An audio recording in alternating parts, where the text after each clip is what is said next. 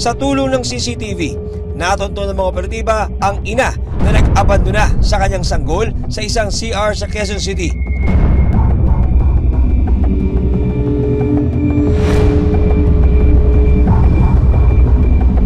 Positive outlook, positive yung nanay nandito bantay sa tindahan.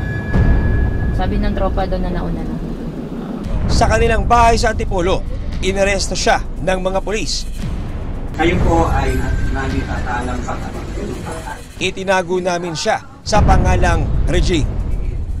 Ma'am, kayo po ba yung nakita sa CCTV? Yes, Kasama ring inaresto ng mga otoridad ang mga magulang ni Regine na pinaniniwalaang sakay ng SUV at kasama niya noong umaga ng February 9, 2024. Nagpaunlak ng panayam sa Pinoy Crime Stories si Regine. Kasalukuyang nasa second year college si Regine at kumukuha ng kursong psychology. Ayon kay Regine, hindi raw niya alam na nagdadalang tao siya. I myself hindi ko rin alam. Parents ko hindi rin alam. Siyempre, we all don't know na merong baby. Kasi nga, hindi naman ako talaga lumaki. As in, lumaki na kung paano maging puntis yung isang tao. You can see the belly, it's like a watermelon, pero never siya naging ganun. Pero sa investigasyon ng QCPD, lumalabas na noong umagang yun ng February 9, paikot-ikot na sina Regine sa iba't ibang gasolinahan. Nakailang stopover po sila bago sila nagpunta rito sa area? So binacktrack po natin, nakita po natin na hindi lang po pala ito yung gasoline station na napuntahan niya. May iba pa po silang pinuntahan pero dito niya po talaga napili. Siguro po pangatlong stopover po nila itong gasoline station kung saan po nangyari yung insidente. Hanggang napadpad sila sa isang gasolinahan sa Barangay Malaya. Siguro dito na po siya inabutan ng pagkapanganak niya po. Dito na sila nahagip ng CCTV. Depensa ni Regine, nagulat na lang daw siya nang bigla siyang manganak sa loob ng CR. Ang alam ko lang talaga sa sarili ko is I want to go magdumi lang. Hindi ko alam kung anong gagawin ko. Bigla lang siyang lumabas.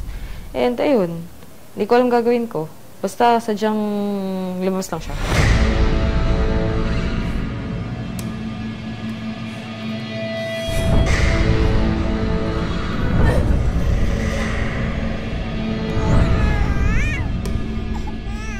Paliwanag ni Regine kung bakit niya nilagyan ng tissue ang bibig ng sanggol. Ang sabi po kasi ng ibang mga reports na nagagaling po sa police, yung pong bata daw po ay meron pong busal sa bibig. Meron daw po nakapasak. Can you confirm kung meron nga po? I don't know. Kasi, as I said, I am not stable at that moment. So, ang utak ko hindi siya maayos. I can remember nilinis ko siya kasi nga galing nga siya sa banyo. Opo. And I mean, a mother instincts would think na linisin yung bata kasi galing nga siya sa inodoro. And yun yung ginawa ko. Miss, pakibilisan naman. Sandali lang ho! At nang tanongin namin kung bakit niya nagawang iwan ang kanyang anak sa banyo. Nilagay ko lang siya sa lababo. Nilinis. Abang umiyak. Kasi hindi ko alam gagawin ko. Tapos buhat ulit. Ikot-ikot. Hindi ko alam gagawin ko. Tapos baba. Ayan, tinititigan ko lang. May ano ba kaya?